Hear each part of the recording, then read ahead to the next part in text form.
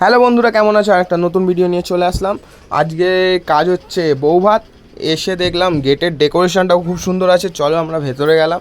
ভেতরে গিয়ে দেখলাম ডেকোরেশনটা খুব সুন্দরভাবে সাজানো আছে। তারপর এদিকে সব কাউন্টারই রেডি বলতে গেলে। এই কাউন্টারগুলো হচ্ছে তোমার স্ন্যাক্স কাউন্টারও খুব সুন্দরভাবে সাজানো আছে। আর এই স্ন্যাক্সে অনেক ভরে ভরে আইটেম আছে। বন্ধুরা, মকটেল কাউন্টারও ছিল। মকটেল কাউন্টার অন্য সাইডটাই করেছিল, ওই যে ছোটো করে করা আছে গেটের পাশে। তারপর বন্ধুরা এই দেখো পুরো পকোড়া কাউন্টারের সেটআপটা খুব সুন্দর লাগছে। তারপর বন্ধুরা যেখানে রান্না হচ্ছে সেখানে চলে গেলাম।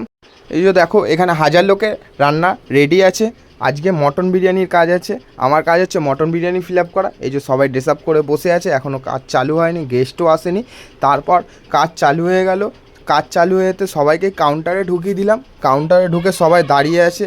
আজকে মটন বিরিয়ানি জি সার্ভ করছে। এদিকে একজন চিকেন চাপ দিচ্ছে, তারপর চাটনি পাঁপড় দিচ্ছে, তারপর রসমালাই আছে, এখানে সন্দেশ আছে, গোলাপ জামুন আছে। তারপর তার পাশে জল কাউন্টার, তার পাশে আবার আছে ভেজ কাউন্টার। ভেজ কাউন্টার আছে পনির রাইস, আলুর দম, নান, পনির ফ্রাই।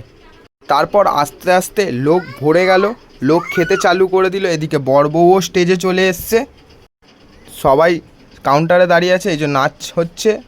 বন্ধুরা 1000 লোকের জায়গায় আজকে খেয়ে নিচ্ছে 1300 লোক, তাই কোনো খাবার বাঁচেনি। এই যে সবাই বসে আছে। এইবারে আমরা বাড়ি যাচ্ছি। চলো বন্ধুরা, তোমরা লাইক অ্যান্ড সাবস্ক্রাইব করে